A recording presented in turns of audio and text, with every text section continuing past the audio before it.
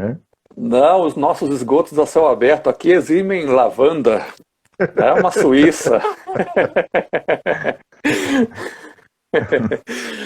Mas enfim, é o brasileiro. Bom, pelo menos nos comparamos com a Suíça, né? É um alento, né?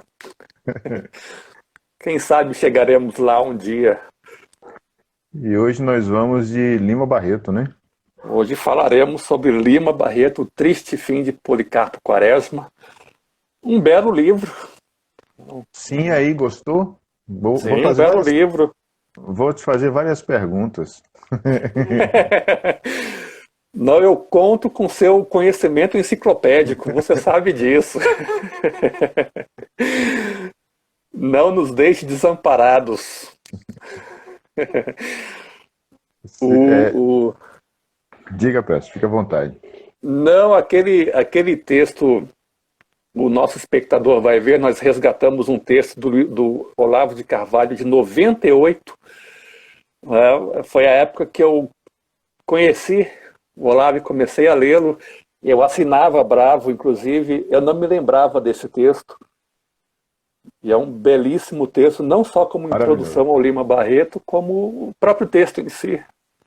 É muito bom. Né? Eu me lembro também que li há muito tempo atrás e a... Ó, Mefístoles Literato, ó, o nome. Boa noite a todos que estão entrando, sejam bem-vindos. Boa noite a todos, Manuel, a Daniele, Maria, É, Cristiane. isso, a audiência me desculpe, mas eu não me dou bem com essa interface do Instagram, então eu não consigo ler direito assim, os comentários das pessoas que vão entrando, assim, mas né, não sei Não se isso me consegue. credencia. Não, eu não consigo ler, assim, eu acho passa muito rápido e é muito curta o trecho aqui que eles passam. É verdade. Não sei se Mas isso me... Diga. a Daniele aí, boa noite, Daniele.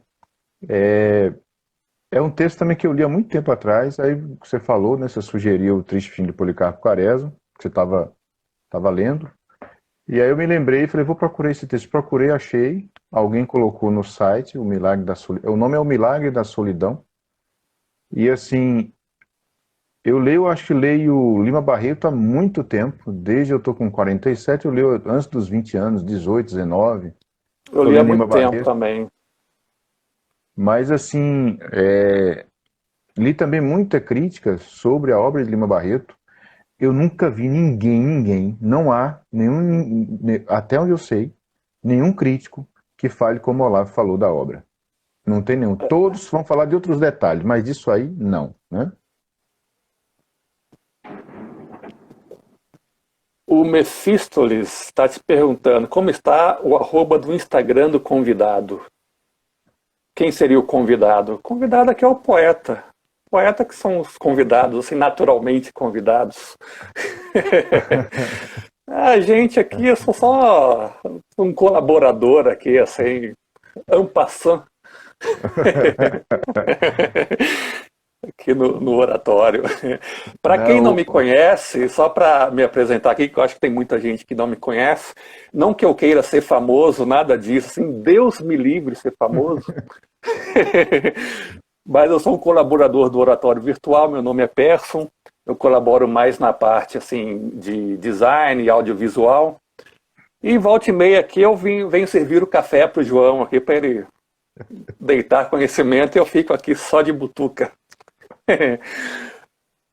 vocês que estão acompanhando, já acompanhando todo domingo, vocês sabem que isso aí, na verdade, é mentira que ele está falando, né? Vocês viram, lembram da nossa última conversa de domingo? Abriu o baú assim de conhecimento foi ele sobre a Princesa Isabel. Foi muito bacana, peça. Muito legal. Muito legal. Ah, que bom, que bom. Durou, era para ser uma hora, durou quase duas. Enfim, peço, estava loquaz naquele. Eu estava especialmente loquaz naquele dia, peço perdão à audiência. Agora, engraçado que esse livro, Antes, uma brevíssima introdução, assim, antes do Ângelo. Boa noite a todos que estão entrando, assim. Esse livro, ele tem muito fantasma do Império, né? Ele tem muito fantasma do Império. Né, entre os personagens, tal. A gente vai falar sobre isso, assim, mais tarde, mas é bem interessante. Ele se passa no segundo governo da República, né? Ele se passa no governo do Floriano Peixoto, que foi a segunda ditadura. Em menos de 10 anos de república já tinham 2 ditaduras. Belíssima entrada na história. Vamos ao Ângelus? Vamos ao Ângelo, então. Eu queria só, antes da gente começar, eu queria dedicar o meu pensamento no Ângelus. Hoje na Nigéria tivemos mais uma tragédia de perseguição aos cristãos. Um bando armado entrou numa paróquia durante a missa, né? Uma igreja durante a missa, numa paróquia na Nigéria, uma cidade chamada Owo, A-O-W-O, e atiraram, né? Mataram vários católicos e feriram outros tantos.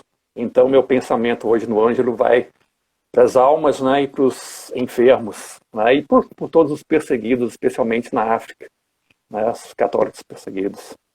Perfeito? Perfeito, ótimo, ótima lembrança, Peço. Eu não sabia, não estava sabendo. Soube agora há pouco. Assim, muito, muito triste. Terrível mesmo. Vamos lá, então, em nome do Pai, do Filho, do Espírito Santo. Amém. O anjo do Senhor anunciou a Maria. E ela concebeu do Espírito Santo. Ave Maria, cheia de graça, o Senhor é convosco. Bendita sois vós entre as mulheres, bendito é o fruto do vosso ventre, Jesus. Santa Maria, Mãe de Deus, rogai por nós, pecadores, agora e na hora de nossa morte. Amém.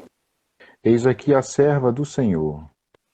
Faça-se em mim segundo a vossa palavra. Ave Maria, cheia de graça, o Senhor é convosco. Bendita sois vós entre as mulheres, bendito é o fruto do vosso ventre, Jesus. Santa Maria, Mãe de Deus, rogai por nós, pecadores, agora e na hora de nossa morte. Amém. E o Verbo se fez carne. E habitou entre nós. Ave Maria, cheia de graça, o Senhor é convosco. Bendita sois vós entre as mulheres, bendito é o fruto do vosso ventre, Jesus. Santa Maria, Mãe de Deus, rogai por nós, pecadores, agora e na hora de nossa morte. Amém. Rogai por nós, Santa Mãe de Deus, para que sejamos dignos das promessas de Cristo. Derramai, ó Deus, a vossa graça em nossos corações, para que, conhecendo pela mensagem do anjo a encarnação do vosso Filho, cheguemos, por sua paixão e cruz, à glória da ressurreição, por Cristo nosso Senhor. Amém.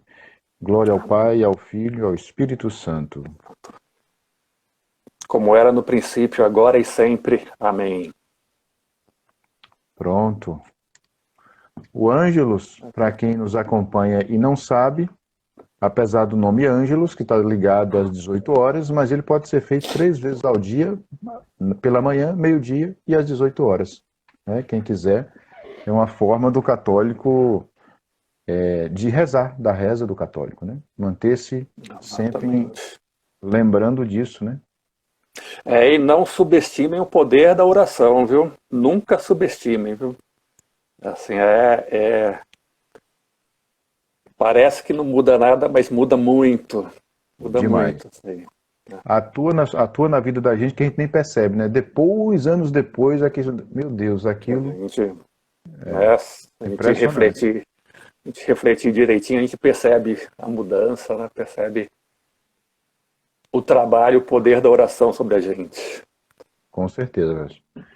Bem, então, vamos começar falando do nosso querido Afonso Henriques de Lima Barreto, né? O nome de rei, né? O nome de rei e dos principais reis da história portuguesa. Dom Afonso é o primeiro, se não tem o primeiro é Afonso Henriques, né? É o fundador de toda a linhagem. Bem, você quer falar um pouco da vida? Fica à vontade, peço. Jogue duro. Não, a vida dele eu conheço muito pouco. Ele morreu muito cedo. Morreu cedo. Morreu com 40 anos, nasceu em 881 no Rio de Janeiro. Nasceu e morreu, né, no Rio de Janeiro. Morreu. Nasceu no Império e morreu na República. Morreu em 22, inclusive fazendo 100 anos, 100 anos, né, da morte dele. Da morte dele. Pobre, né? Foi pobre a vida inteira, assim, autodidata, né? Não sei se disciplinado nos estudos, mas foi um belíssimo escritor, assim, um estilo muito próprio, muito interessante. Infelizmente, ele acho que levou um tempinho a se livrar das mágoas, né? Ele se deixou levar por algumas mágoas, principalmente mágoas sociais. Agora, eu não sei também se era o espírito do tempo, assim, a República prometeu muita coisa a muita gente, né? E entregou muito pouco, que até hoje entrega muito pouco, e isso pode ter produzido uma mágoa social nele. Enfim, né? São coisas a se investigar aí, deixo para vocês aí, pesquisadores, fiquem à vontade a pesquisar. Mas a pobreza e eventual mágoa não impediram de ter uma carreira profícua na literatura. Assim. Acho que o primeiro livro dele é o Isaías Caminha, né? É o primeirão, se não me engano, é o primeirão. Já é um bom romance, já é uma história bem interessante. E ele tinha um poder de observação muito interessante. Impressionante. A vida e obra dele, assim, quando ele morreu muito, tão jovem, é quase milagroso ele ter conseguido produzir tudo isso, né, que ele produziu. Né? Ele teve um problema muito sério com bebida, né? Sim. Quer dizer, problema pra gente, né? Provavelmente pra ele não era um problema, né? Que ele gostava, né?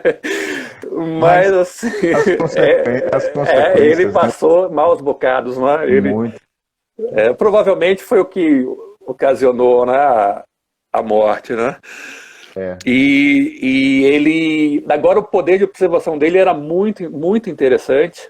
No primeiro romance você já percebe isso, né? Ainda que esteja impregnado, né, de vários vícios e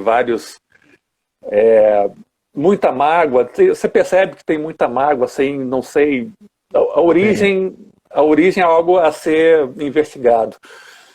Mas no nosso romance de agora, isso já começa, essa coisa da mágoa começa a se dissipar, né? E ele já começa a ser um cronista, um contador, um simples contador de história que, na minha modesta opinião, é o que todo romancista deve ser, né? Conta a sua história, né? Você pode até usar... E deixa de encher o saco, né, velho? Isso, você pode até usar o espírito do tempo, né? Como pano de fundo e tudo, mas o importante é a história, assim, conta a sua história, assim. Eu acho que no Policarpo Quaresma é quando ele começa a ter né? Esse talento, né? Assim, começa a vir mais forte. Agora, a gente tinha dividido um texto do Olavo de Carvalho, que é uma belíssima introdução principalmente aos 3 primeiros romances do Lima Barreto, e vai muito além disso, né? Além de falar do talento do Lima Barreto, ele fala de várias coisas que você pode tirar para a vida, né? Dos 3 romances, assim. Você quer ler alguns trechos desse artigo? Eu quero ler. Para quem está acompanhando, vai ficar gravado também o seguinte: se vocês puderem, porque o texto tem muito a ver com isso, né? Eu vou ler só trechos do texto. O texto chama-se O Milagre da Solidão, é de Olavo de Carvalho, é de 1998, e saiu na revista Bravo, como o Peço falou que ele era assinante e lia, né? Que era uma revista maravilhosa na época. Sim. Mas se vocês puderem, leem, né? Leem na sequência Recordações do escrivão Isaías Caminha, né? O Triste Fim de Policarpo Quaresma, que nós vamos comentar mais hoje, e Vida e Morte de M. Gonzaga de Sá, porque são todos curtinhos, não são longos, não são grandes, né? Um é de 1909, o primeiro, o Recordações do escrivão Isaías Caminha, o segundo, que é o Quaresma, de 1915, e o terceiro, Vida e Morte de M.J. Gonzaga de Sá, de 1919, porque o texto de Olavo vai ter tudo a ver com isso. O Lima Barreto, só para falar um pouquinho mais da vida, pessoal, ele teve realmente uma vida difícil, né? Ele nasce... O pai era tipógrafo, mas era um tipógrafo com grande formação, era culto, a mãe era professora, só que com 2 anos de idade a mãe morre e ele fica só com o pai. E E ele já estava com. Aqui tem, né? Tem o livro que eu tenho aqui tem algumas informações biográficas. Em 1902, o pai enlouquece. O pai fica doido. Doido, doido, né? E não volta mais. E aí fica, ele, como ele era o filho mais velho, ele fica encarregado de tudo isso. E ele também chega a fazer. Ele estava fazendo, no momento, ele estava fazendo escola politécnica, que era realmente Sim, uma grande escola da época, no Rio de sim. Janeiro. Ele tem que abandonar tudo e cuidar da família e vai trabalhar como amanuense, que seria o escriturário, né? Seria um Sim, tipo sim. de contador ali, um tipo de contador, né? Isso, um contínuo, alguma coisa assim, ó. Uma coisa, exatamente. E aí só que ele tem e aí eu acho que tudo isso vai gerando ressentimento, vai gerando alguma coisa. Sim. Ele começa a beber muito. Quem quiser saber um pouco mais, é um livro terrível, mas é ele mesmo que escreveu, é o chamado, é o Diário como é? Cemitério dos Vivos, Cemitério dos Vivos, né? que é o Diário, mas tem um outro que é, não sei o que bom, eu esqueci o segundo, mas deixa eu olhar aqui, peraí. Diário Íntimo é a memória e o Cemitério dos Vivos. Esse Ah, sim. Diário Íntimo e as Memórias, o Cemitério dos Vivos, é terrível, terrível, porque ali você vê o homem realmente arrebentado pela bebida, né? O pessoal falava que ele passava em sanatório, porque naquela época você ia tratar de qualquer sintoma, negócio ou bebida, não sei o que, você ia realmente para o Sim, hospício, né? Não era para sim, um hospital, digamos. Então é isso. Então vamos ao texto do Olavo. Eu vou ler e comentar rapidamente, porque assim sim. vale a pena, gente, porque é um negócio maravilhoso. E como eu disse no início, eu nunca vi nenhum crítico literário falar sobre isso, sobre a obra de Lima Barreto. Olavo considera esses três livros separados pelo tempo, né? São três romances separados pelo tempo, 1909, 1915 e 1919. Ele continuou como se fosse um Bildungsroman, seria um romance de Isso. formação, que é Aham. o romance de formação, o primeiro a fazer um romance de formação é o Goethe, né, com como é o diabo do livro? Putz, esqueci o nome do livro do Goethe. Eu tenho aqui, É, mas enfim, esqueci. Depois a vem gente a vai memória, depois também. lembra. É, e o romance de formação você mostra o desenvolvimento existencial e espiritual de uma pessoa. É exatamente isso. Então, no primeiro romance, diz o Olavo de Carvalho, no primeiro romance, que é o Recordações do Escrivão Isaías Caminha. O herói do primeiro romance de Lima Barreto não sofre somente porque é preto e pobre. Ele sofre porque é um sujeito honesto no meio de vigaristas, num autêntico homem de letras no meio de farsantes, um gentleman no meio de carreiristas vorazes e grosseiros. Então veja, o sujeito o Isaías Sim. era realmente, ele tinha a vocação e ele tinha a busca pela verdade. Só que o entorno dele era horrível, né? Mas, segue Olavo, enquanto preto e pobre, consolava-se olhando a multidão dos seus companheiros em infortúnio. Mas quantos semelhantes teria ele nas qualidades excelsas que os destacavam e o isolavam?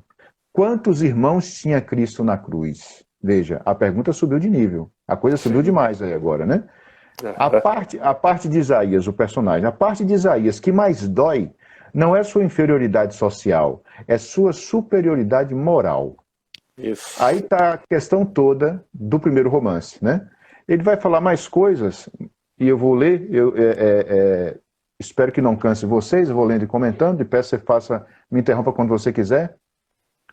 Mas ele diz, ó, mas Isaías traz ainda a marca do ressentimento racial, né? Ao escrevê-lo, Lima Barreto sente-se ainda um membro de uma determinada comunidade excluída e fala em nome dela. E tem realmente isso, né? Uma das críticas do romance, feito por outros críticos, é que o romance é muito literal. Uhum. Ele não dá aquela subida de nível na imaginação ao retratar a realidade que ele observa, né? E realmente isso acontece, né? Então aí ele continua Olavo. O livro resvala, às vezes, para o desabafo direto. E quanto mais se aproxima de uma cópia literal da realidade empírica, a realidade vivida, né, mais perde em altitude, né? Então veja, o próprio Isaías, segue Olavo, também é de pouca estatura. ele tem o interior dele, a busca pela verdade, tem uma superioridade moral, mas não é tão Sim. grande assim, né? Uhum. Ele é melhor que os outros, não mais forte. Débil e tímido, reduz-se a uma vítima passiva das circunstâncias. E é exatamente o que acontece. Que no final ele desiste, que todo romance é passado numa redação de jornal, um dos maiores da Uhum. época, né? Por sinal, o jornal, acho que era Amanhã, peço. Eu não me lembro, acho que o Correio da Manhã. Não é o Jornal do Comércio? Não, Eu o acho que era, jornal. Que eu não jornal me você está lembro. falando? Esse jornal retratado por Lima Barreto em recordações do escrivão Isaías Ah, Caminha, sim. porque a coisa pegou tão mal para Lima Barreto, e aqui vai uma parte da biografia, pegou tão mal porque ele é o primeiro romance do cara. E ele já chega dando porrada tão forte em todo mundo, é muito literal. O nome de Lima Barreto ficou proibido neste jornal até a década de 50. Não se falava em Lima Barreto. Não se Ah, fala, e sim. foi vetado mesmo, não se fala, né? Não, então não é o Porque Jornal do Comércio. eu esqueci o nome, mas era do Bittencourt, né? Que escreveram, foi depois memorialista e tal, né? Aham. É, ele escreveu até O Rio de Janeiro do Meu Tempo, em 3 volumes e tal. O nome sumiu. Enfim, tem Google aí, põe no Google que vocês encontram. O Rio de Janeiro do meu Edmundo Bittencourt. Ah, tá. Edmundo Bittencourt. Certo. E aí, Lima bate muito forte. Muitos ali são retratados de forma muito baixa mesmo. E Ah, isso sim. ficou, isso na elite da época, isso criou uma resistência a Lima Barreto. Mas seguindo Olavo aqui, né? Ele diz, ó, que Isaías ele é melhor que os outros, não mais forte, débil e tímido, reduz-se a uma vítima passiva das circunstâncias. Tudo se resolve numa horizontalidade deprimente. Isso é terrível, gente. E aí o Olavo cita o Antônio Machado, o grande poeta espanhol, que ele diz: quão difícil é quando tudo barra no barrar também. Quão difícil é não descer, não baixar quando tudo baixa. Ou seja, o entorno do Isaías, e assim também de Lima Barreto, era moralmente baixo. Né? Sim. Era aquela coisa. Não está muito longe da nossa época, né? É muito próximo da nossa época e tal. Não. E fica tudo nessa horizontalidade deprimente. Né? É um negócio impressionante. Aí nós vamos agora, e aí a gente já demora um pouco mais, no Policarpo Quaresma, que é o segundo romance dessa trilogia considerada por Olavo. Não foi escrito assim, mas acabou sendo porque o Lima Barreto, ao longo da vida, foi se tornando cada vez mais refinado intelectualmente e espiritualmente, Sim. apesar de fisicamente descer por causa da bebida, mas a cabeça dele ainda estava funcionando demais. Então ele diz Olavo de Carvalho, no romance seguinte, Lima Barreto, que é o nosso da nossa live, abdica a toda referência à injustiça social presente. Né? O Major Quaresma, o Major Policarpo Quaresma, não pertence a nenhum grupo discriminado. Né? Já é um salto. Veja que em nossa época, o que mais aparece é o ressentimento. Essas minorias todas, o tema é ressentimento. Né? Virou um ativo, não é? Isso. Virou um ativo. Assim, muita gente ganha muito dinheiro e prestígio estimulando esses ressentimentos, não é? De uma forma ou de Exatamente. outra. Exatamente. Mas aí segue ao lado. Diga, peço. Diga. Não, pode seguir, pode seguir. Mas eu vou comentar um pouco agora do Policarpo Quaresma, e eu quero ver suas impressões de leitura. Veja o que ele diz ao lado, seguindo o texto, né? Não tem nenhum handicap, não tem nenhuma desvantagem, nenhuma deficiência, né? Não tem nenhum handicap que o identifique, Major Quaresma, a esta ou aquela multidão de vítimas. Ele é autossuficiente na luta pela vida, porque ele trabalha, ele é intelectualmente, ele tem vida, tem casa, ele não deve nada a ninguém. Estuda, autodidata. Estuda, exatamente. Disciplinado, né? Muito disciplinado. É meio doido, né? É meio maluco, mas ele tem um... Em relação ao Isaías Caminha, do primeiro romance, ele tem um salto, né? Então segue Olavo. É mais forte, mais inteligente e mais valente que seu antagonista, o presidente Floriano. Que o fundo do romance, o pano de fundo histórico e político, é exatamente o que o Espécie falou. É a Segunda República. Né? É o segundo governo da República, né? O governo do Floriano, que como o primeiro do Marechal Deodoro, é uma ditadura. É uma quase ditadura, não é uma ditadura ipso facto, mas está ali, assim, muito, muito semelhante a uma ditadura. Tá próximo, né? Bem próximo, sim. Aí, diga. Diga, não, eu ia continuar comentando, né, com uma impressão, o ambiente do Policarpo Quaresma não tinha menos pobreza de espírito do que do Isaías Caminha. Só mudava o entorno, que era a elite burocrática, não diria de governo, a elite burocrática, e arrivistas, muito arrivistas, né, e todos solenemente desconectados da população em geral. Né, todos simplesmente mesquinhos, né, com propósitos mesquinhos. Eu consegui ler o que você está tentando ler. mas continua que está muito bom isso aí, continue. Não é o meio do Policarpo. Agora, o Policarpo ele adquiriu o pecado original das ideologias, né? Ele estava em busca do mundo ideal, né? Que é o pecado original de toda ideologia, né? A ideologia é uma espécie de adolescência do espírito. Ele não aceita o mundo ao redor de nenhum. Ele vive no mundo ao redor, trabalha e tudo mais, mas não aceita esse mundo ao redor, está sempre enchendo a caraminhola dele e dos circundantes. Né? E é o caso do Policarpo, né? Ele tinha um mundo ideal na cabeça dele e buscava esse mundo ideal. Né? O livro é dividido em 3 partes. Não é isso? Na primeira parte mostra um patriotismo exacerbado. Né? Ele tinha aquela coisa assim, tudo tinha que ser uma criação eminentemente brasileira, né?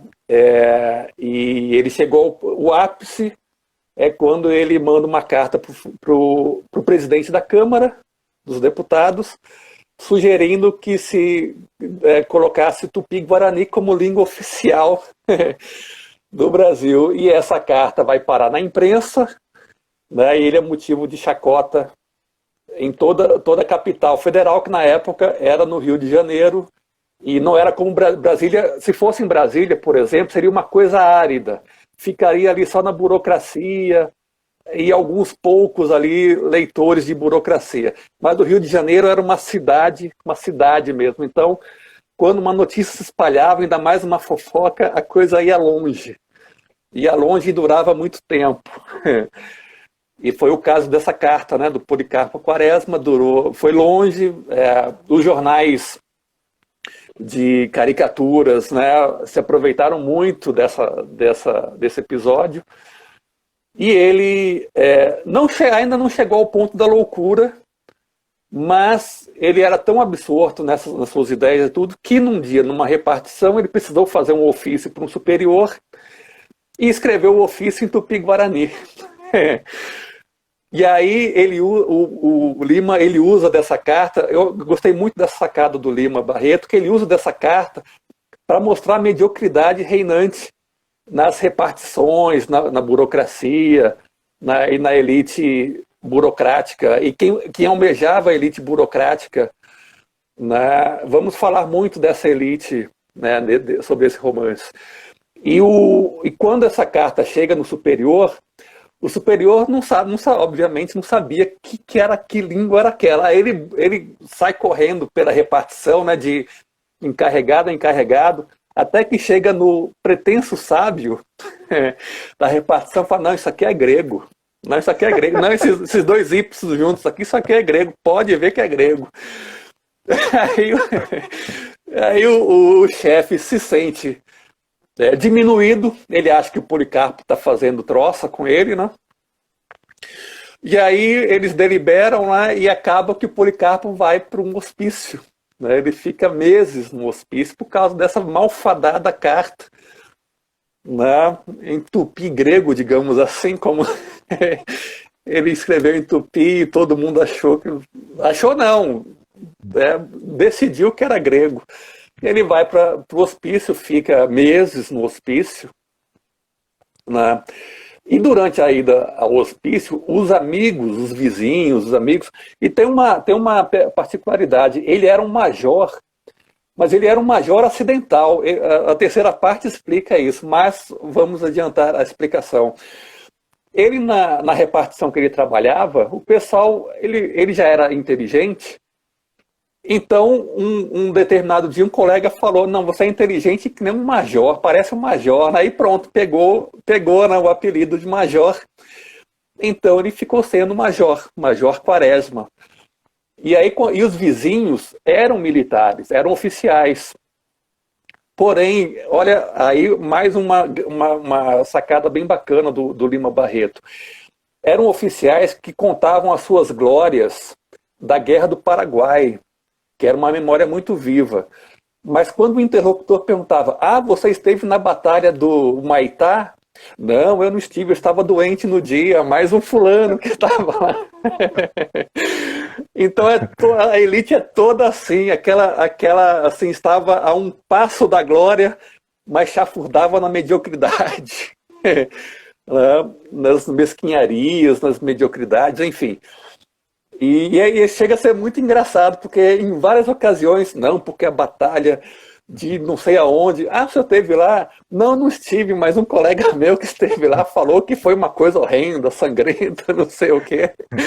Então eram glórias não vividas, né? Eles se regozijavam de glórias não vividas, né? Então, assim, tudo isso almejando um cargo maior, alguma coisa. Então era uma elite carreirista, entre oficiais, burocratas, e o Policarpo era um ser estranho, tanto que quando ele vai para o hospício, todos os pretensos amigos, mas ele é doido mesmo, mas esse rapaz aí, para que livro? Tem uma passagem que o general fala, tem 40 anos que eu não pego num livro, para que eu quero um livro? Olha os personagens, né? Interessante como é atual, né? É atual demais, né? É muito atual, cara, muito atual, sim. Impressionante. Até eu mesmo tenho lá a minha modesta biblioteca mesmo, as pessoas chegam assim, olham, pra que você quer isso, rapaz? Dá dinheiro? É isso, dá dinheiro. Não, você não já leu? Pega esse e troca por outro. Não precisa... Isso. Isso. O Mefistófeles está dizendo o reino do fingimento. É exatamente isso. Por aí. Exatamente. Por aí. E tinha um pano de fundo, né, que a República foi, como essa galera era carreirista, e como eram duas ditaduras, então assim, ninguém ousava falar mal da República, até porque o Império era um fantasma muito vivo, e ninguém ousava falar mal dos governantes ou de algum protegido dele. Então, realmente, era um ambiente assim de ditadura, de proto-ditadura, digamos assim. Todo mundo puxa o saco do poderoso. Isso aí é inescapável. Desde que o mundo é mundo, né, um ditador tem um séquito de puxa-sacos. E não era diferente com Floriano Peixoto.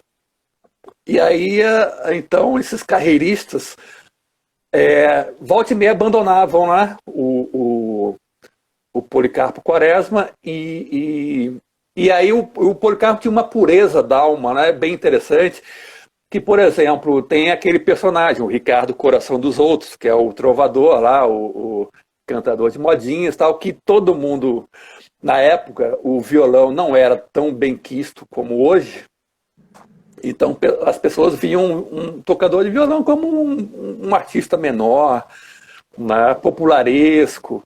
E o Policarpo, ele quebrou essa cadeia, né? Ele tinha aulas, até porque pelo exagerado patriotismo, ele achava o violão uma coisa genuinamente brasileira, o que é uma bobagem, não é, né? Mas enfim, ele achava o violão genuinamente brasileiro, e as modinhas, ele queria levar as modinhas, né, como alta cultura, alguma coisa que outra grossa bobagem, né?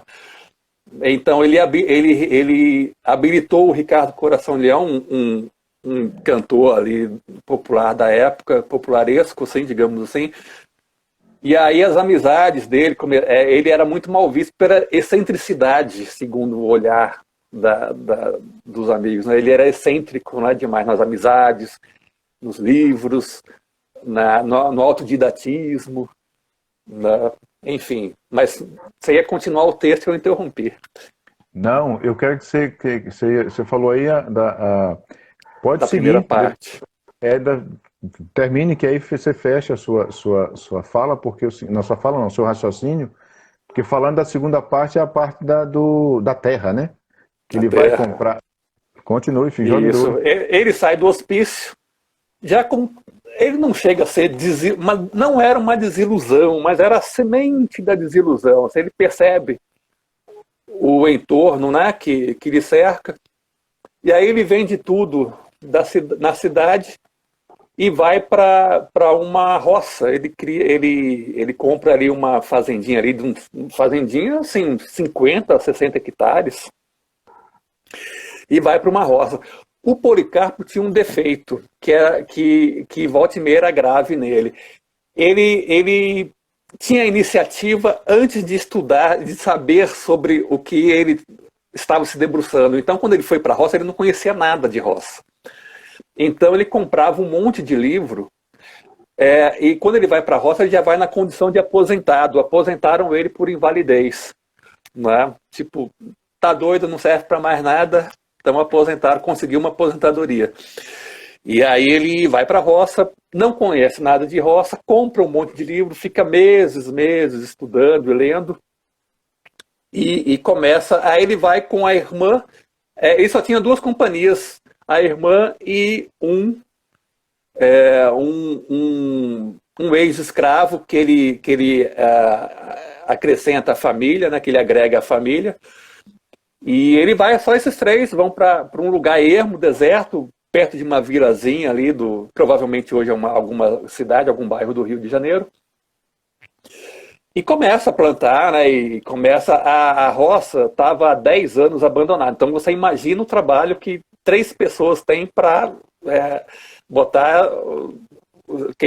Quem conhece roça sabe que roça não é uma coisa fácil. Assim, né? Não é uma coisa fácil. Por menor que seja, ela não é fácil. Assim, é um negócio que dá trabalho e tudo. Mas ele consegue deixar em pé. E aí, tão logo ele consegue deixar em pé e plantar, aí, obviamente, a localidade começa a prestar atenção nele, né? Porque ele pegou uma roça abandonada. Todo mundo abandona as roças no lugar. E ele fez o caminho inverso.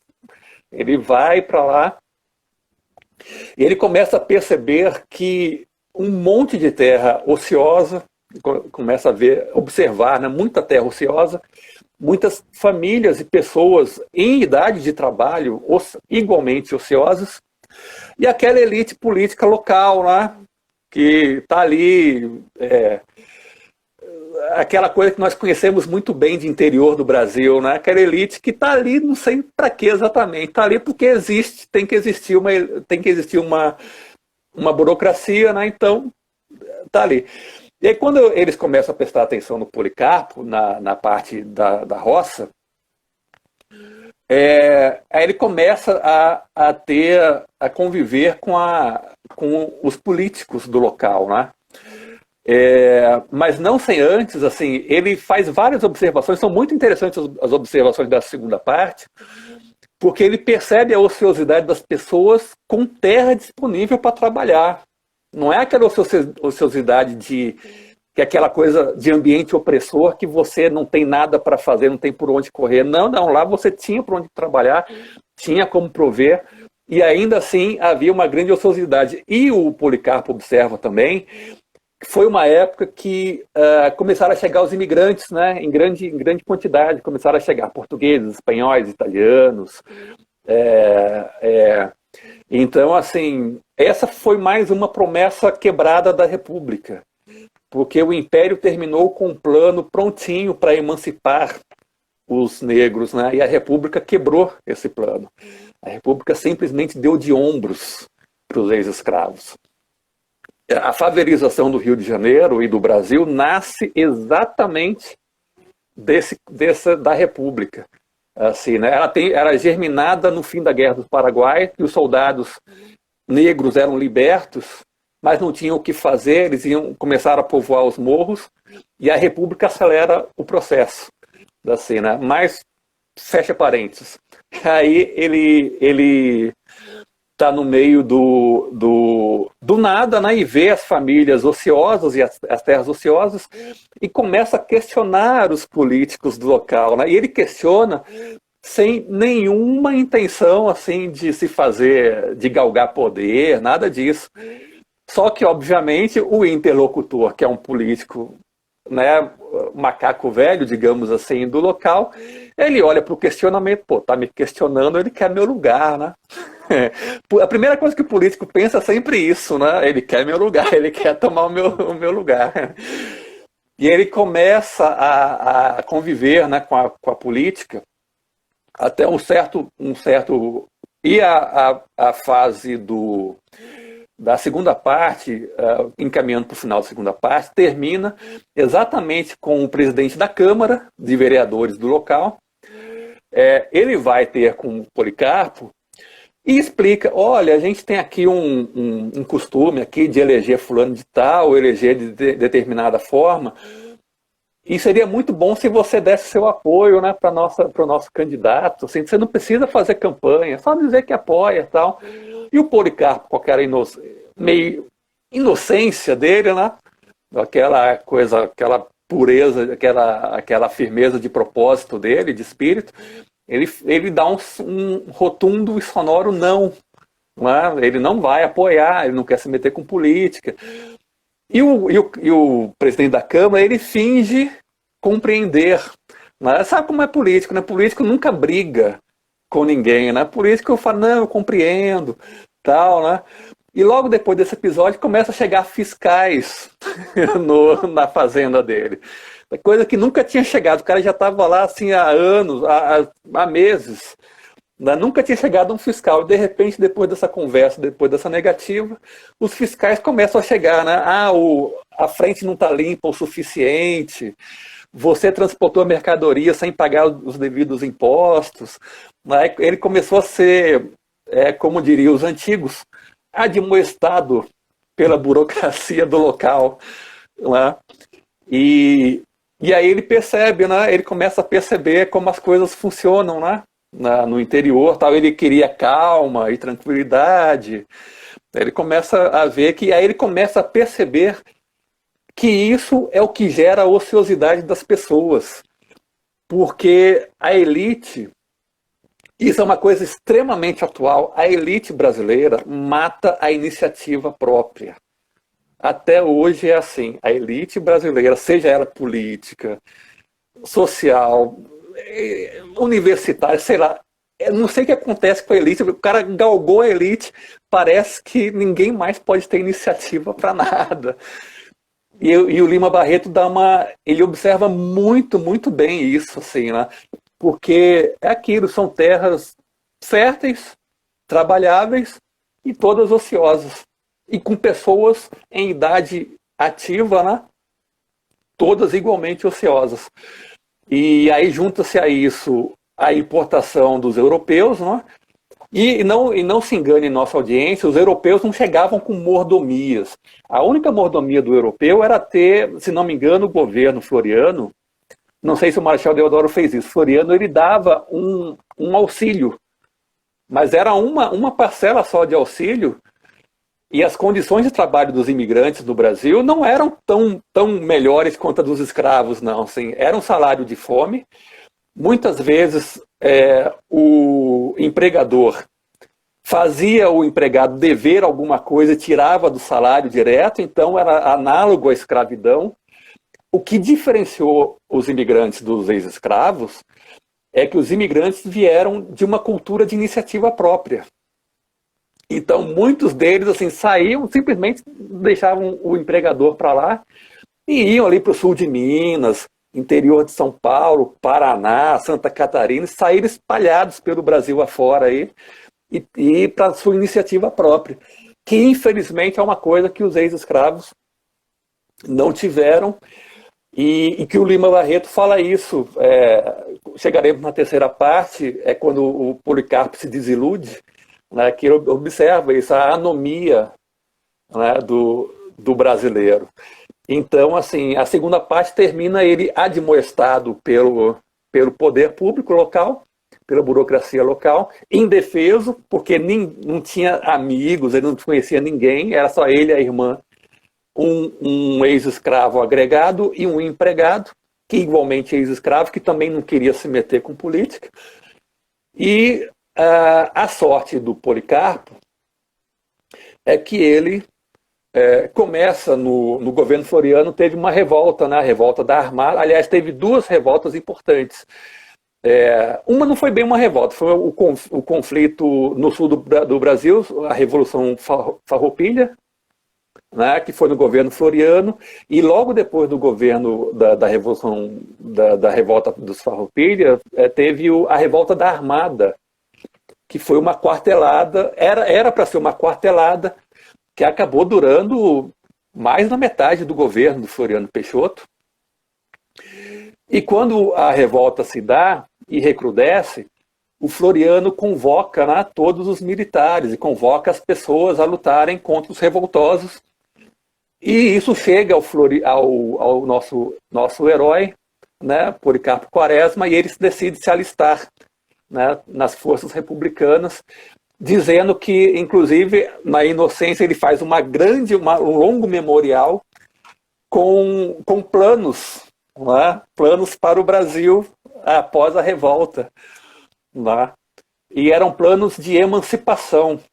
Né? Se nós considerarmos que ainda havia o fantasma do Império, então esse plano desceu muito mal a ele, que aí já entramos na terceira parte, que é a parte militar da coisa.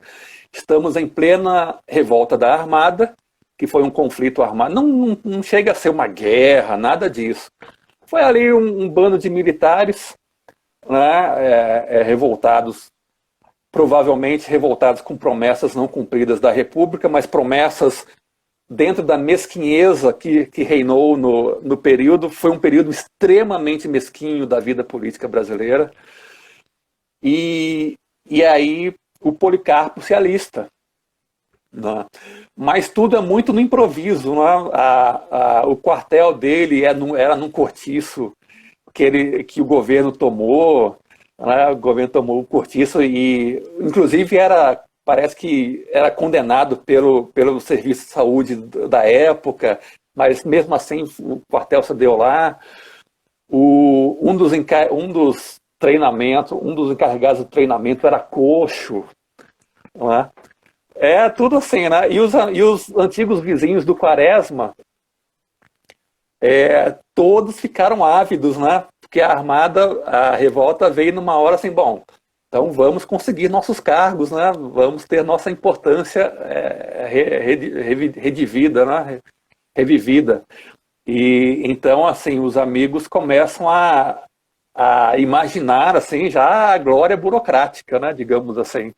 Né? Um já se imagina general, outro se imagina vice-almirante, né? E todos vão para esse quartel, né? Esse quartel improvisado. E o Policarpo acaba destacado para um destacamento ali de 40, ele chefia um destacamento de 40 homens e ficam instalados numa antiga instalação de descanso do imperador. Lá. Todo o romance tem vários cenários com ruínas do Império. Né? Que você vê, acho que não dão nem 10 anos depois da proclamação da República, eles simplesmente abandonaram tudo que lembrava o Império, que não deu para ser aproveitado pela República, foi abandonado muito rapidamente. E se tornou ruína muito rapidamente também. Assim, né? Era uma coisa realmente que os republicanos, muito do endurecimento dos regimes do republicano foi exatamente assim, como eles não tinham nada para aproveitar, para apresentar, mas não queriam também perder ali o poder, eles recrudesciam a reação a qualquer coisa que lembrasse vagamente assim, um elogio ao Império. Né? Na segunda parte, se não me engano, tem um episódio muito breve que os militares mais velhos, né, tem esse pano de fundo também. Os jovens eram entusiastas da República e os mais velhos, obviamente, era a força, digamos, se fosse um Senado, seria a casa revisora, né?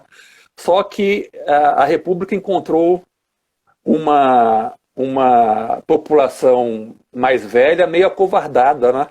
Assim, eles não quiseram revisar esses planos de república, eles se abstiveram, né?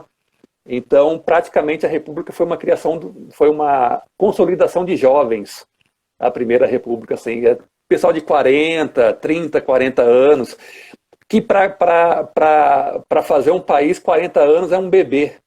Aí, 40 anos não viu nada da vida ainda para se arvorar a fazer um país.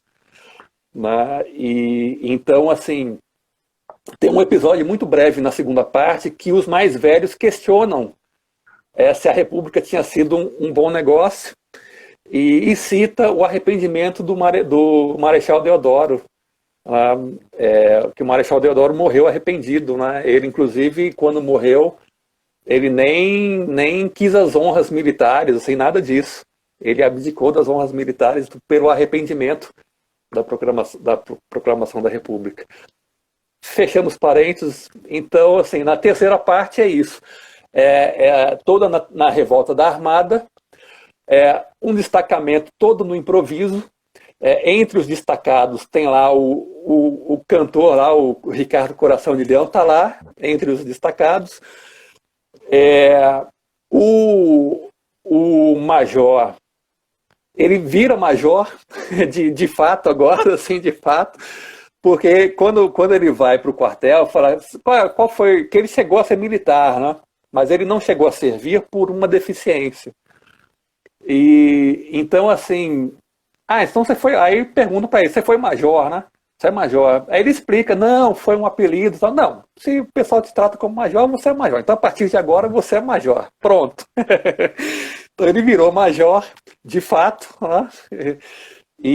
Só que, assim, ele continuou com a inocência, com a ingenuidade dele no trato com as pessoas. Então, por exemplo, quando ele viu no seu destacamento o cantor, o Ricardo Coração de Leão, por exemplo, ele permitiu que pegasse o violão, ficasse, ele fizesse seresta, serenata de vez em quando. As vigílias, por exemplo, era ele tocando violão e tudo, assim, né? Coisa bem Brasil, né? Bem Brasil, assim, a coisa. E até que chega um tenente, a revista também, mais uma revista, mais um carreirista. Um tenente, obviamente, está no posto inferior ao major, mas ele era tão arrivista e tão, assim, centrado no desejo, né, de cargos maiores e tudo, e um puxador de saco, né, de quatro costados, como diriam os antigos, que ele meio que toma a rédea, né, do destacamento, a despeito do Policarpo. O Policarpo se deixa levar à revelia, também ele tinha planos maiores. E o Policarpo, quando ele é destacado, ele consegue um encontro com o Marechal Floriano. E nesse encontro ele entrega o memorial, né, com os planos, tal, assim, dele.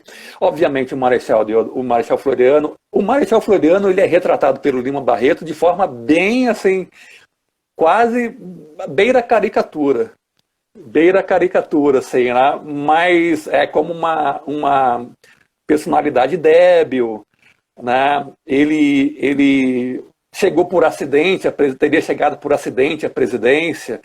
Ele se imaginava no máximo, segundo o Lima Barreto, né? Ele se imaginava no máximo um ministro e depois voltaria para a família e tudo, né? E um belo dia ele se vê presidente. Ele é vice-presidente do Marechal Deodoro, e aí ele chega à presidência. Né? E ele chega sem o menor interesse de ser presidente.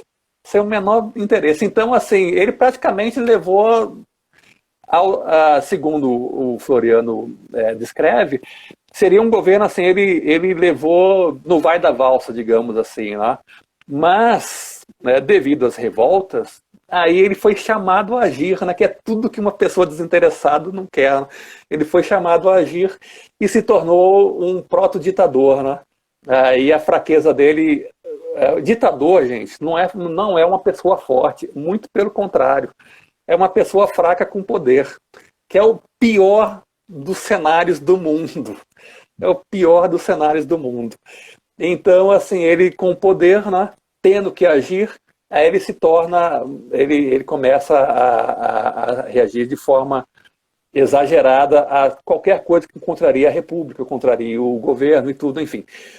Aí o Policarpo entregou esse memorial para ele e foi para o seu destacamento, achando que o Marechal Floriano leria, né, e tudo mais. Ele ficou na ilusão, assim, até muito próximo, assim, do fim da armada, da revolta. E a descrição dessa revolta é muito interessante, porque, assim, no começo a cidade ficou toda, assim, polvorosa, né?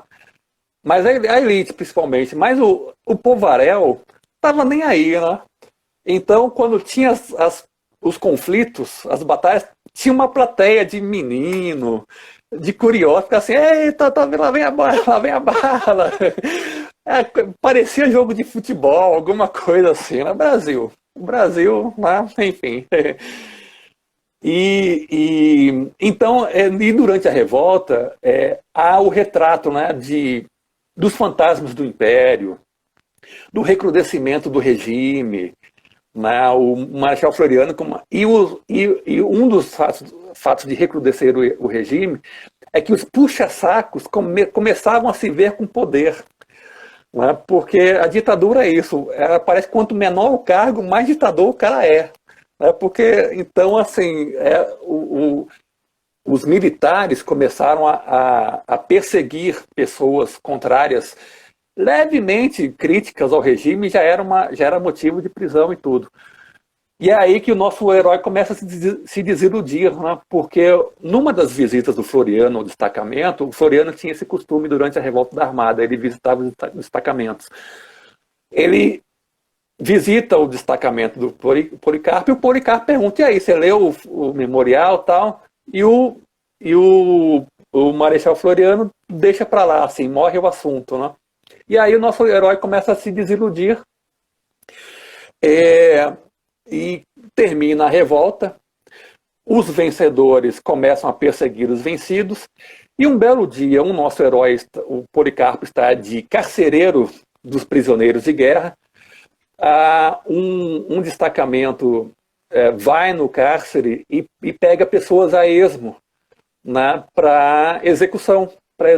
Né? O Policarpo percebe o que vai acontecer e escreve uma carta toda franca, né, para o Marechal Floriano, né, e carregou nas tintas, como diriam antigamente, carregou nas tintas, assim, né, na repulsa, né, ao fato. E esse carregar nas tintas foi o calvário do nosso herói, né? Ele é tido como um inimigo do regime, e veja que a crítica foi uma crítica de uma pessoa só, assim, completamente, todo mundo percebe que era uma inocência, ingenuidade, mas numa ditadura, uma outra coisa que acontece, todo puxa-saco quer mostrar serviço. Né? Todo puxa-saco quer mostrar serviço. Assim. As reuniões burocráticas de uma ditadura dizer quanto mais vil foi, né? Assim, é um desfile de vileza. Assim, né? E aí o nosso herói é preso, né? Nenhum amigo, nenhum dos ex-vizinhos, ex-amigos dão por ele, todos dão de ombros, né? Porque ele virou, segundo o grande hall de puxa-sacos, virou um inimigo do regime, e o nosso herói, né, perece. Não é retratada, não é uma cena retratada, mas dá-se a entender que ele morre executado, né, pelo regime do Marechal Floriano Peixoto. Eis um resumo, breve resumo do nosso romance de hoje. Ficou ótimo, ficou ótimo. Tem muita coisa para falar ainda, mas eu vou seguir aquele raciocínio que eu comecei antes, né?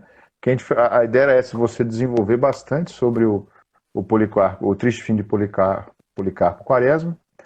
E aí, lembrando, gente, que eu vou voltar então pro texto do professor Olavo, que aí, assim, eu tenho uma mania de forma, né? Eu tenho Tudo para mim tem que ter forma. Então, Alguém tem que ser disciplinado nesse país, né?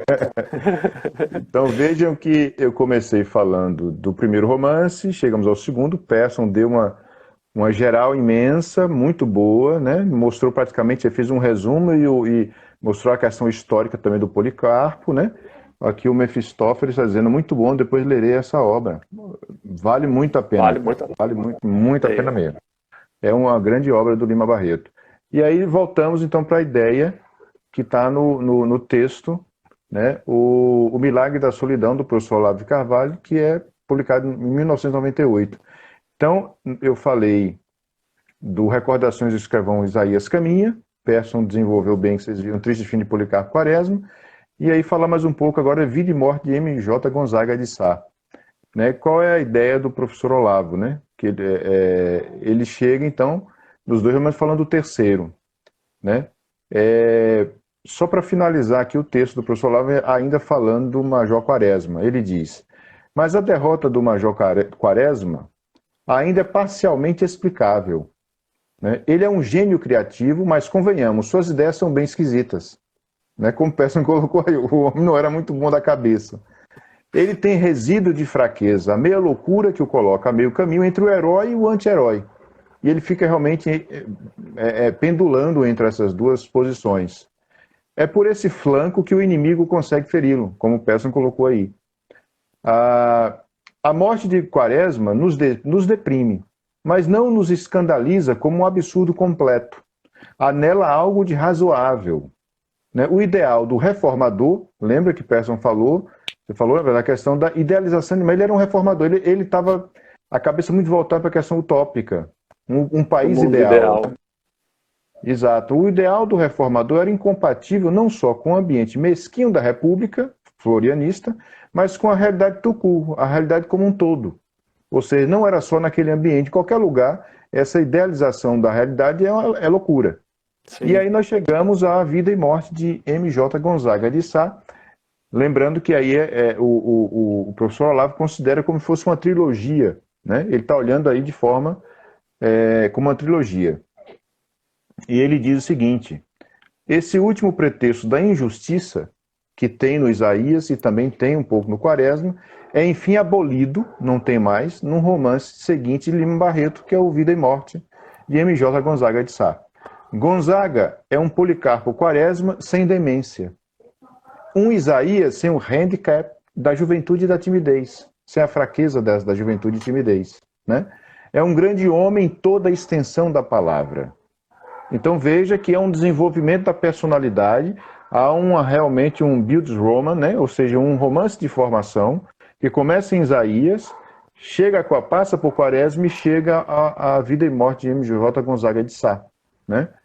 É um grande homem em toda a sua extensão e sua vida termina no isolamento e na resignação, mas não na derrota. Solitário entre seus livros, o sábio desenganado observa o mundo com um olhar sem ressentimento nem sentimentalismo. Né? E aí eu vou passar mais um pouco e aí tem um momento que ele faz esse resumo geral do que ele considera uma trilogia, o professor Olavo de Carvalho. A trilogia barretiana mostra-nos a evolução do ideal do humano do grande escritor, retratada na gradação espiritual dos heróis.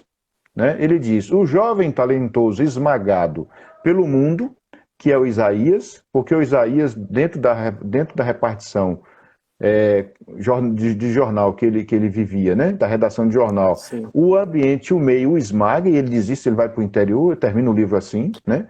Então veja, o jovem talentoso esmagado pelo mundo, o combatente exaltado e semilouco, que Pearson acabou de apresentar, que é o Quaresma, né? E aí o terceiro do Gonzaga de Sá, que é o sábio estoico, soberano e calmo, que permanece de pé enquanto o mundo em torno cai.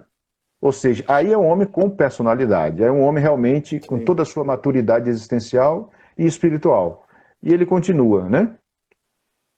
O professor Olavo de Carvalho, de personagem a personagem, há uma progressiva depuração e interiorização do ideal. É dentro, né? É vida interior. Sim.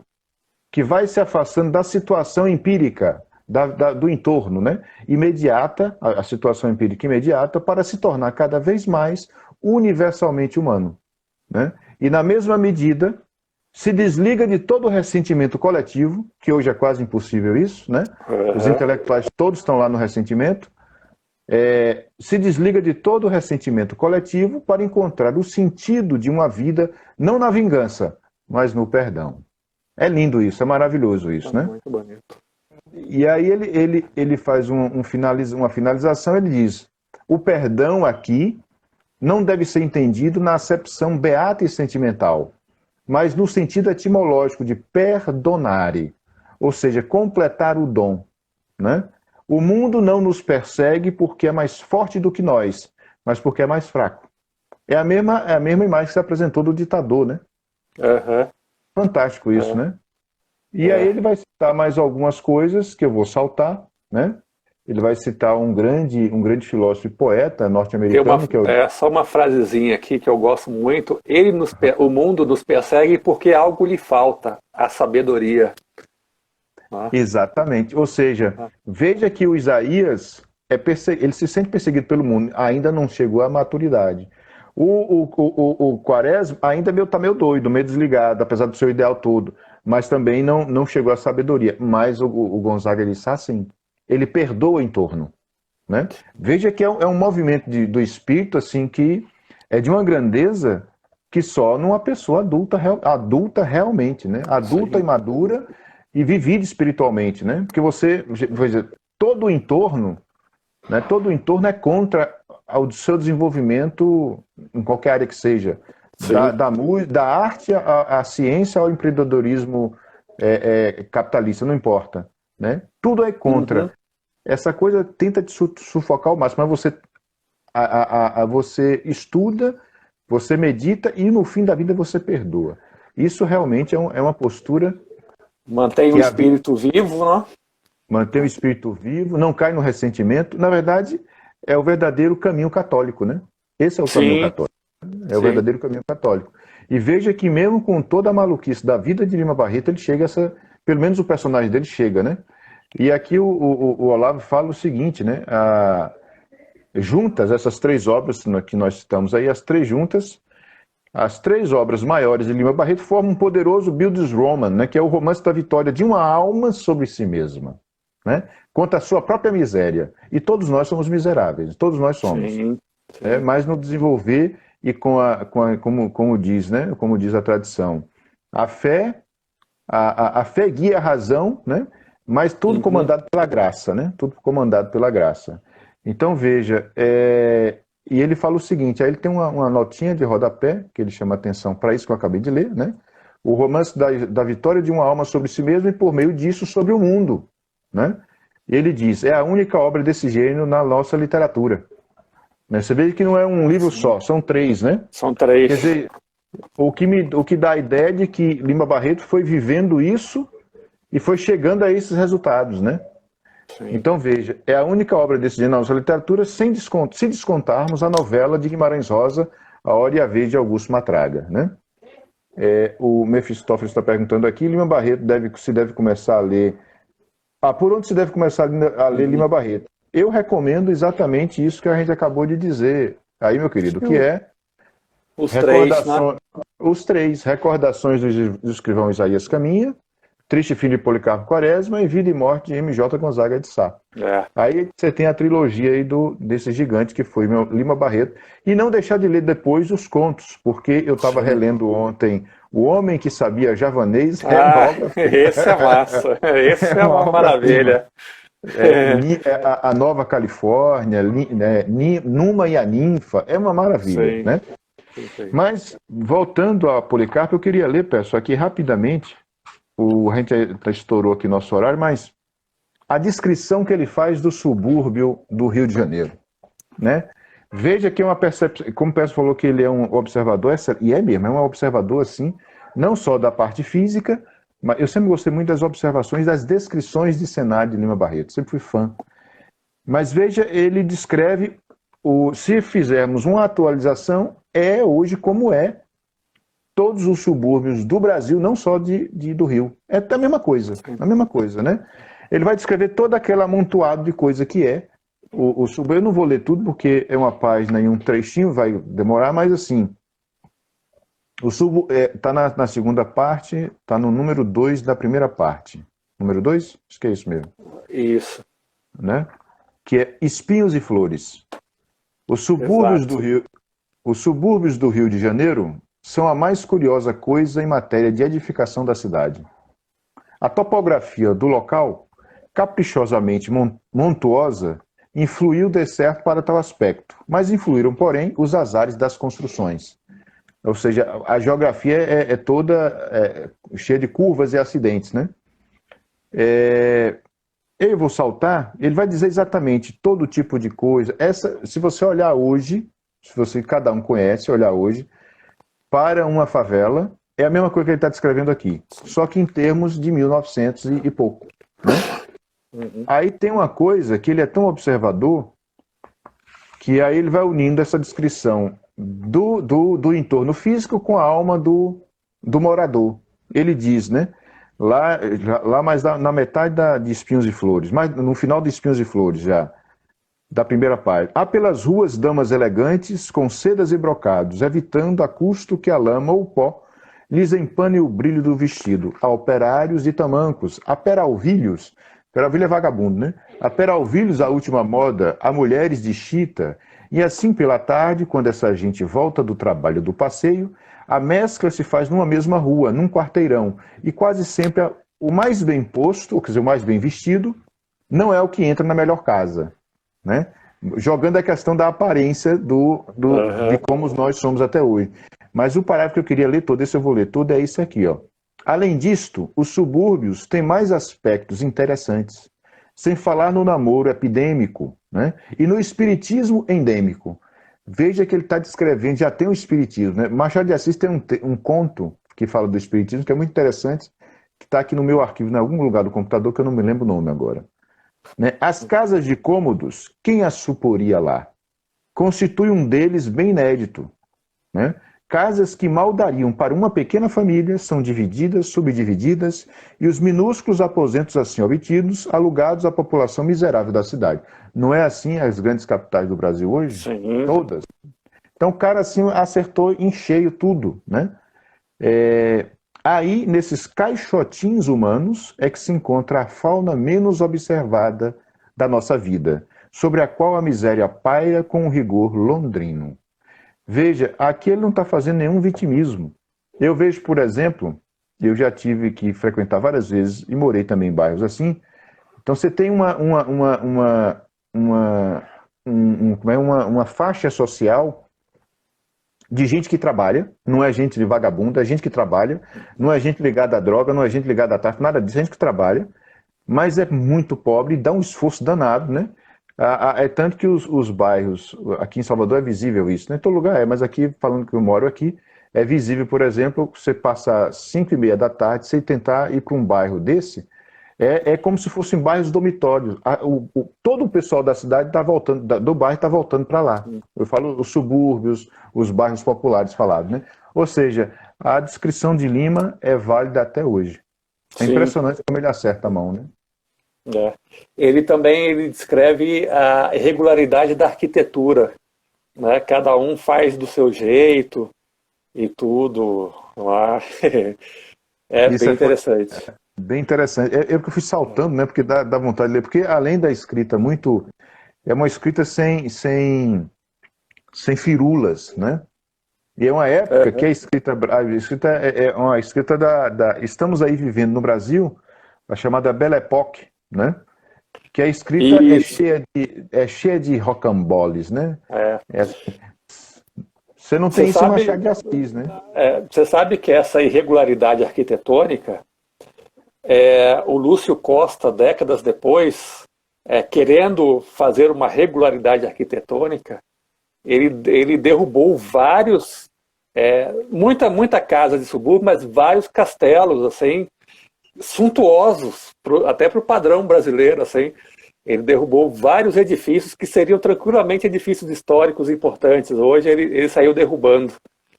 Mas ninguém parou ele, né? Construiu Brasília. Olha só como a gente A gente tem que começar a tomar atento. Vamos Esse... cortar da edição esse. Não, cortar o Lúcio Costa, da É, edição não cortar o Lúcio isso. Costa. Para não cortar as asinhas dele, ele derrubou É, vários edifícios históricos do Rio de Janeiro à guisa de regularização. Aqui, ó, derrubou o Palácio Monroe. Exatamente. Se você pega uma foto do Palácio Monroe, você fica desolado com a coisa, assim, que era uma coisa suntuosa, linda. isso acontece. Desculpa, Verso, fala. Não, não, e culminou com Brasília, né?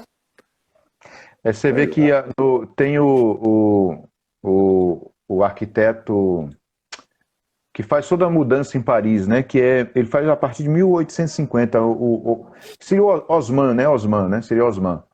E ele realmente fez uma mudança incrível em Paris, mudou tudo, né?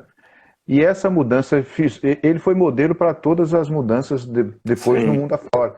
No caso na época, por exemplo, em 1903 ali, né, 1908, 1909, está acontecendo no Rio de Janeiro o Bota Abaixo, né, que era um nome que a imprensa deu, Bota Abaixo. Eu Destruindo tudo, esqueci o derrubando nome do tudo. prefeito. Foi um prefeito, esqueci o nome. É Epitácio alguma coisa.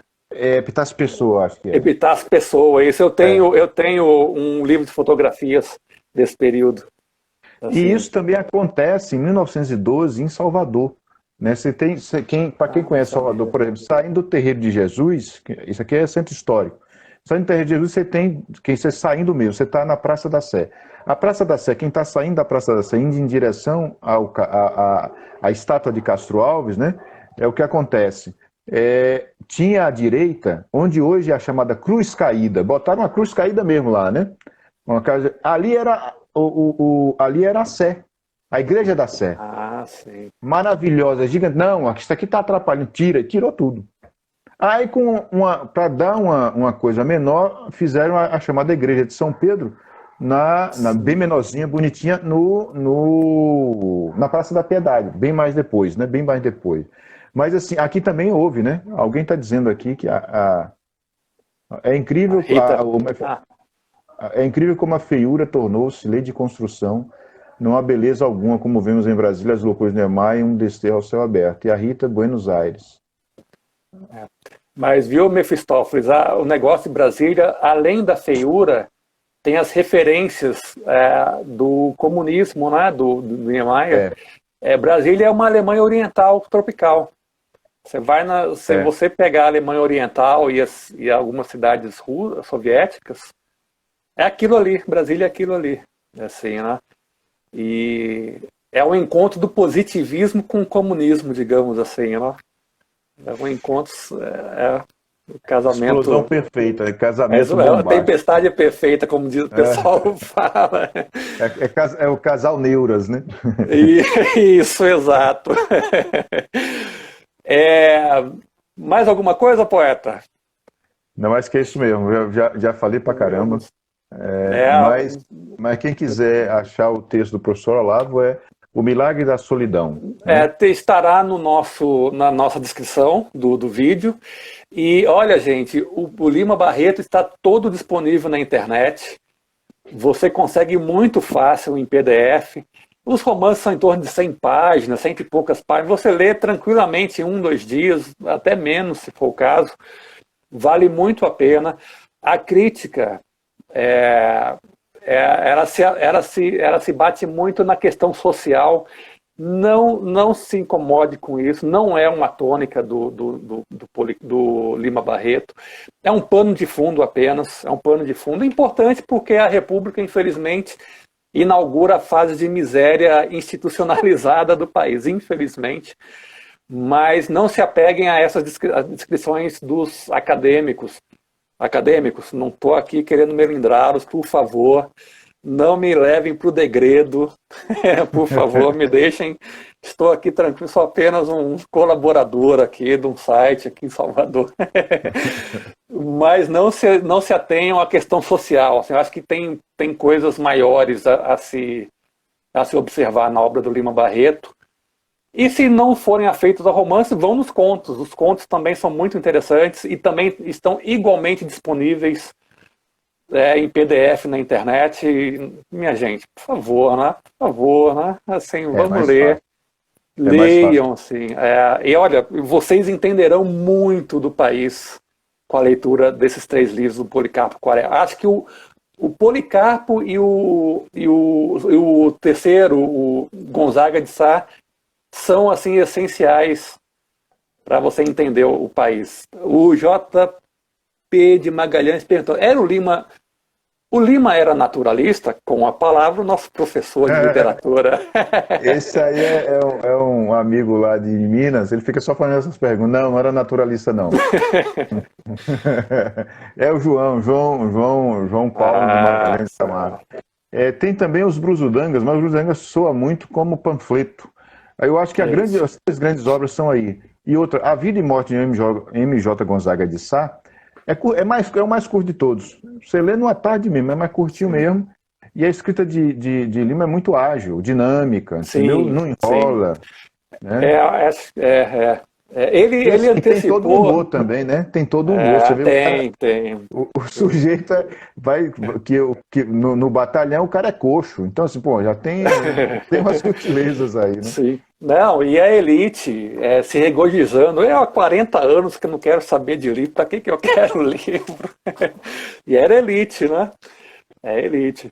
Então, assim, queridos, falamos hoje na conversa de domingo do triste fim de Policarpo Quaresma, do grande Lima Barreto. E assim, agradecemos demais a audiência. É uma grande alegria estar aqui com vocês todos os domingos. Eu não estou todos os domingos, mas enfim, o poeta está e a alegria é igual, imagino. E você está no oratório virtual, orando com você e por você. Eu e minha casa serviremos ao Senhor. Predicate supertecta, levai os evangelhos acima dos telhados. Nos vemos no próximo domingo, provavelmente o poeta, eu talvez não estarei, com mais um tema cultural, né, para enriquecer os nossos intelectos, os nossos espíritos. Rezem o terço todos os dias às 5h50, oratório virtual, a gente reza o terço, acompanhe o terço, e a gente se vê numa próxima, certo, poeta? Perfeito, massa. Então isso. O João está dizendo aqui que dizem que o Cemitério dos Vivos é muito bom, mas é muito triste. Você vai ver ali a degradação toda do Lima Barreto. É muito triste, dá vontade de chorar. É pesado pra caramba. Você tem que ler com o espírito preparado, né? Leia com o espírito preparado. E então a gente se vê no próximo domingo, queridos. Muito obrigado pela audiência. Fiquem com Deus, rezem o terço todos os dias e a gente se vê. Tchau, gente. Um grande abraço. Até mais.